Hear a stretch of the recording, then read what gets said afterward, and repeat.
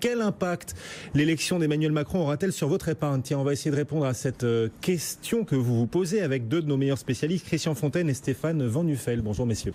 Bonjour. Stéphane Van Nuffel, cofondateur de netinvestissement.fr et Christian Fontaine, le rédacteur en chef du magazine Le Revenu. D'abord, ils ont commencé à réagir, vos lecteurs ou vos clients, selon l'un et l'autre, à cette élection d'Emmanuel Macron, là, sur l'épargne. Donc, vous sentiez une inquiétude et un éventuel, je ne sais pas, soulagement ou de nouvelles interrogations ce matin?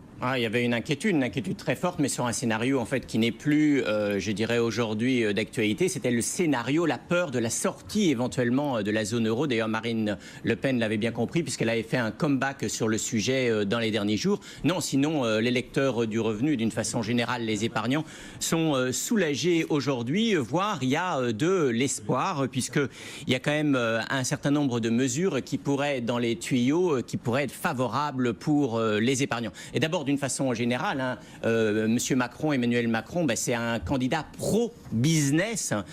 Donc ça, c'est un ex-banquier d'affaires. Vous l'avez souvent répété sur votre antenne. Donc ça, c'est plutôt positif pour l'épargne. Et puis il y a, d'une façon générale aussi, une vraie volonté de mieux orienter les flux de l'épargne vers les actions, vers, on a beaucoup parlé de l'économie productive. Et là, c'est vrai que c'est un point dont on ne parle pas assez. C'est éventuellement la possibilité de réduire la fiscalité sur les valeurs mobilières. Et encore plus que l'ISF. Là, si vous voulez, c'est vrai que sur le plan fiscal, les actions, les épargnants, les actionnaires français qui prenaient du risque avec leur épargne, qui acceptaient d'investir dans les entreprises françaises, jusqu'à présent, franchement, ils n'étaient pas rémunérés pour ce risque. Et là, ça peut changer. Et là, ça est vraiment peut-être une nouvelle ère pour les épargnants français. En tout cas, on peut l'espérer. Stéphane.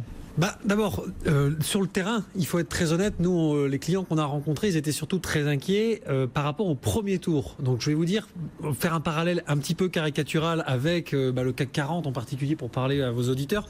On sait que depuis grosso modo le premier tour, les gens ont été relativement rassurés parce que même si on aime bien en France se faire peur, on savait à 99% de chances que le deuxième tour était déjà, entre guillemets, pardonnez-moi le terme, plié. Donc les gens se sont beaucoup détendus. Maintenant, la question que nous avons, nous, rencontrée dans cette phase tampon entre les deux tours a été, je rejoins Christian, sur l'idée de maintenant, par rapport à ce qui a été avancé, même si on a regardé ce que disait Marine Le Pen, parce qu'il faut le faire par professionnalisme, on a surtout essayé de commencer vraiment à creuser ce que Emmanuel Macron allait éventuellement présenter aux Français au travers, je le répète, de la prochaine échéance, parce que c'est ça qui est la réelle inquiétude et c'est là-dessus qu'on attire l'attention, nous, de nos clients, c'est de dire il faut attendre les élections législatives pour voir si l'amplitude, et en particulier sur les valeurs mobilières, et je rejoins 100% Christian sur cette idée, on a un vrai tournant en France, que ce soit sur l'ISF ou sur l'IR, on a un vrai tournant sur la fiscalité du capital que j'appelle de mes voeux. On n'est pas dans la demi-mesure, beaucoup disaient il fait dans la demi-mesure Emmanuel Macron. Non, vous dites que c'est un vrai tournant là?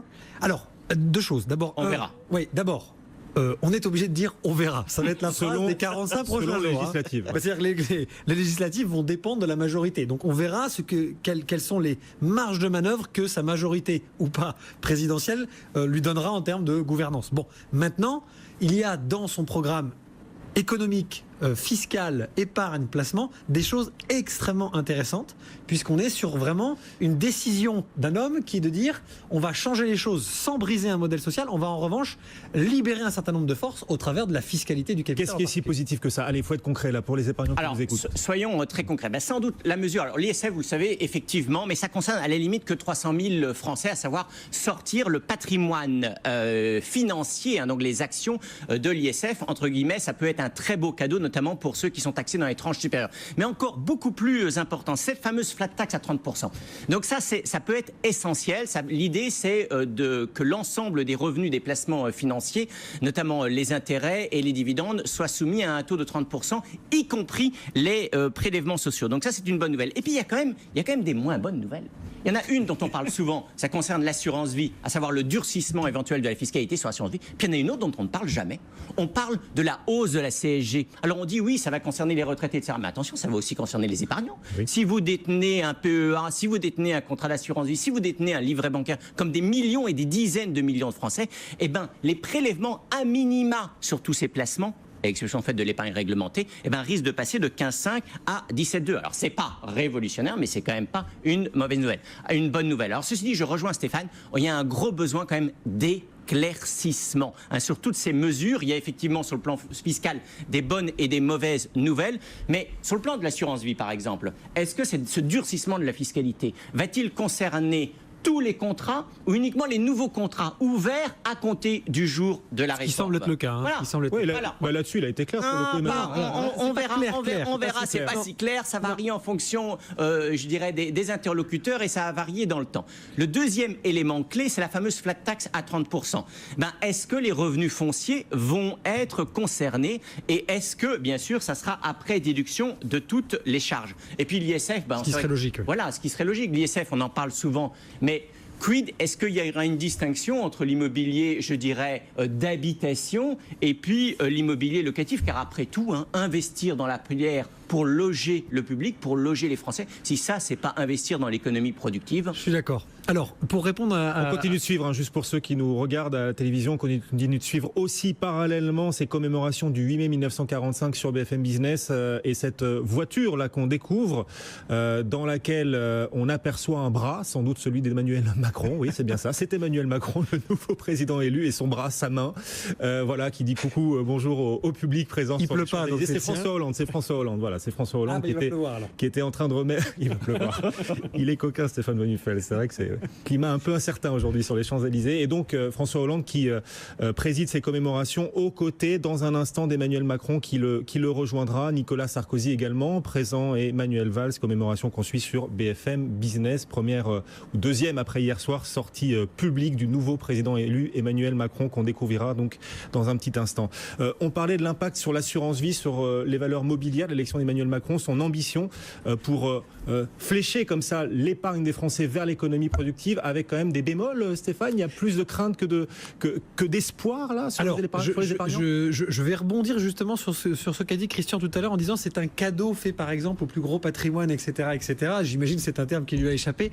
Je ne partage pas cet avis. Je partage. C'est pour faire la blague. Je ne partage pas cet avis. Moi, je pense que nous avions un problème de sclérose en France qui représentait ça. Alors, est-ce qu'il peut être vu comme un bémol ou pas comme un bémol? Je dis qu'aujourd'hui, beaucoup de choses ont été annoncées, que beaucoup de choses ne semblent pas correspondre à des cases. Les cases ne rentrent pas les unes dans les autres comme elles devraient. C'est-à-dire que d'un côté, je prends par exemple l'immobilier, il y a cette notion de dire, et c'est un bémol pour les propriétaires fonciers, l'ISF serait maintenu sur la partie foncière, voire pourrait être accentué, voire aggravé. En revanche, la flat tax, si elle s'applique sur l'immobilier et en particulier pour les gens qui ensuite pourraient déduire les travaux, les choses comme ça, il y aurait un vrai appel d'air pour devenir propriétaire foncier parce que la rente locative serait beaucoup moins fiscalisée qu'elle ne l'est avant. Donc d'un côté, on aurait plus de fiscalité ou en tout cas autant de fiscalité sur la détention du patrimoine pour les plus gros patrimoine soumis à ISF ou au futur ISF immobilier. Mais d'un autre côté, on aurait un vrai élan vers la propriété foncière et la mise en location, qui, je rejoins Christian, est un vrai avantage et un vrai avantage social et sociétal, puisque de loger des gens est quelque chose d'important. Je reviens sur le capital de petites secondes, si vous permettez, Guillaume. C'est très très important ce qui se passe, parce que la France avait un vrai problème sur ce sujet, et je fais partie des gens qui ont beaucoup milité sur ce sujet. Il n'est pas normal dans un pays moderne qui veut être un leader mondial que vous ayez une fiscalité sur la rente qui soit la même que sur la création de richesse. Donc enfin, nous avons quelqu'un qui va avoir réellement, en tout cas qui a la volonté réellement de libérer, au travers de la fiscalité comme toujours, éventuellement la volonté de l'acteur privé pour financer l'économie réelle, y compris sur l'ISF. Parce qu'attention, c'est pas un cadeau.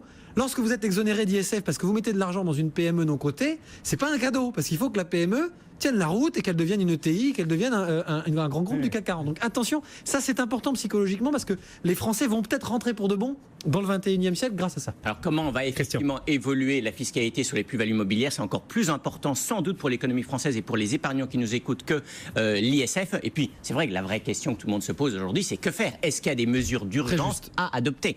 Sur l'assurance vie d'abord, si effectivement vous avez un montant important et que vous envisagez de l'investir en assurance vie, il ne faut sans doute pas attendre, puisque aujourd'hui, en effectuant vos versements avant la réforme, vous profiterez de la fiscalité la plus avantageuse. Deuxième conseil, il ne faut sans doute pas hésiter à accélérer un certain nombre d'opérations patrimoniales très intéressantes sur le plan fiscal, mais avec peu d'impact sur l'économie réelle. Par exemple, une donation à vos enfants de biens immobiliers, une résidence secondaire par exemple, ou d'immobilier locatif. Si vous donnez que la nue propriété et vous conservez l'usufruit. C'est vrai que sur le plan fiscal, c'est très intéressant pour vous et pour demain vos héritiers qui ne payeront plus de droits de succession. Par contre, c'est vrai que sur le plan économique, ce n'est pas très intéressant pour une raison très simple, c'est que il n'y a pas plus de cash au niveau du bénéficiaire de ce type d'opération, donc vous ne pouvez pas alimenter la machine économique. Donc on peut s'interroger, peut-être que ce type d'opération à terme sera moins intéressant. Donc il faut pas hésiter à la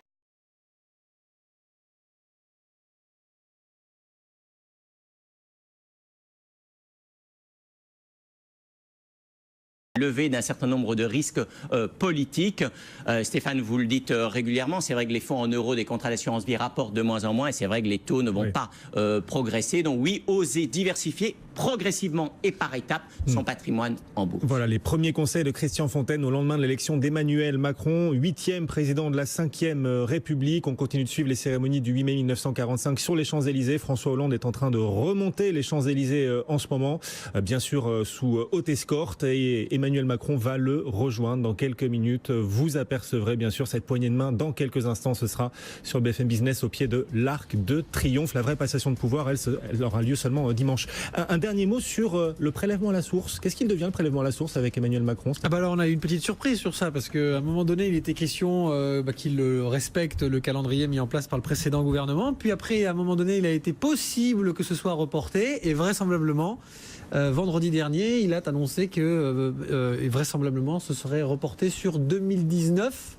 puisqu'il ne serait vraisemblablement pas prêt pour 2018. Alors les raisons plus invoquées, prosaïquement, Nicolas Dose nous disait que c'était pour qu'une de ces mesures fiscales se voit en bas de la table. les raisons invoquées sont peut-être le fait que les services fiscaux sont pas au point, qu'ils voudraient optimiser au maximum. Je partage l'avis de Nicolas. Ça faisait peur aussi. Je pense qu'ils veulent passer 2-3 trucs avant, à mon avis, et c'est bien parce que il faut être efficace dans les 100 premiers jours, on le sait bien. Et à l'instant, on a le résultat définitif de l'élection présidentielle communiqué par le ministère de l'Intérieur. 66,1% pour Emmanuel Macron, 33,9% pour Marine Le Pen. Merci à tous les deux.